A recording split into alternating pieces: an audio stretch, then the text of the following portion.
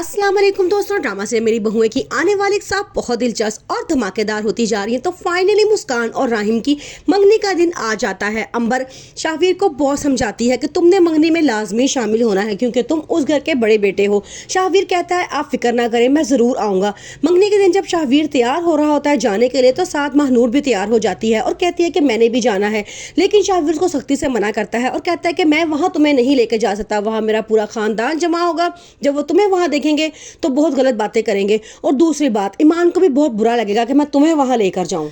मंगनी के इवेंट पे जैसे ही शाहवीर अंदर एंटर होता है तो उसके पापा को देख के बड़ा गुस्सा आता है और कहते हैं कि इसको किसने बुलाया है यहाँ पे। लेकिन उस वक्त आसिफ उनको बहुत समझाता है और कहता है कि फिलहाल ये मौका ऐसा है कि इसकी मौजूदगी बहुत ज़रूरी है, वरना लोग बातें करेंगे कि बड़ा दामाद क्यों नहीं आया।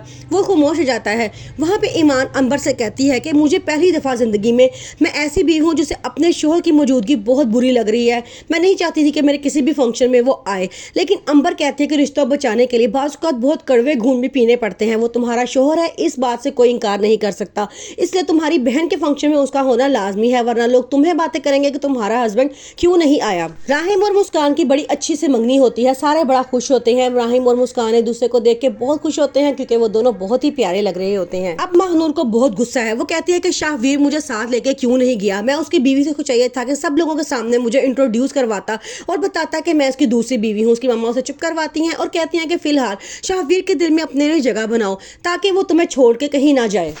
अंबर शाहवीर को समझाते हुए कहती है कि तुम ऐसा करो, महनूर को छोड़ दो और ईमान की तरफ वापस लौट जाओ, वो बहुत अच्छी लड़की है। लेकिन वो आगे से कहता है कि मैंने उसे बहुत माफ़ी मांगने की कोशिश की है लेकिन वो मुझे माफ़ करने के लिए बिल्कुल भी तैयार नहीं है। अब अंबर भी शाहवीर का साथ देती है और ईमान से कहती है कि तुम अपने बच्चे की खातिर अब एक दूसरे को माफ़ करके फिर से एक हो जाओ। जबकि दूसरी तरफ महक अब आर्यान से कहती है कि तुम्हें औलाद की ज़रूरत है, तुम ऐसा करो दूसरी शादी कर लो। आर्यान उसे रोकता है और कहता है तुम्हें क्या हो गया है, देखा है ना शाहवीर ने दूसरी शादी की थी तो दूसरी औरत ने उसके घर में आके क्या किया था, उनका पूरा घर बर्बाद कर दिया है। क्या तुम भी यही चाहती हो कि मैं कोई और औरत घर लेकर आऊं और वो भी हमारे हंसते बसते घर को बर्बाद कर दे। अगर हमारी किस्मत में औलाद लिखी हुई तो हो जाएगी, अगर नहीं लिखी हुई तो नहीं होगी। फिर वो ईमान के पास जाता है, उससे बहुत माफ़ी मांगता है और कहता है कि मुझे माफ़ कर दो। वो ईमान उसे माफ़ करने के लिए बिल्कुल भी तैयार नहीं होती और कहती है कि तुमने मेरे साथ बहुत बुरा किया है, मेरे बच्चे तक और मुझे, हम दोनों को बिल्कुल अकेला छोड़ दिया था, अब तुम किस मुंह से मेरे पास आए हो।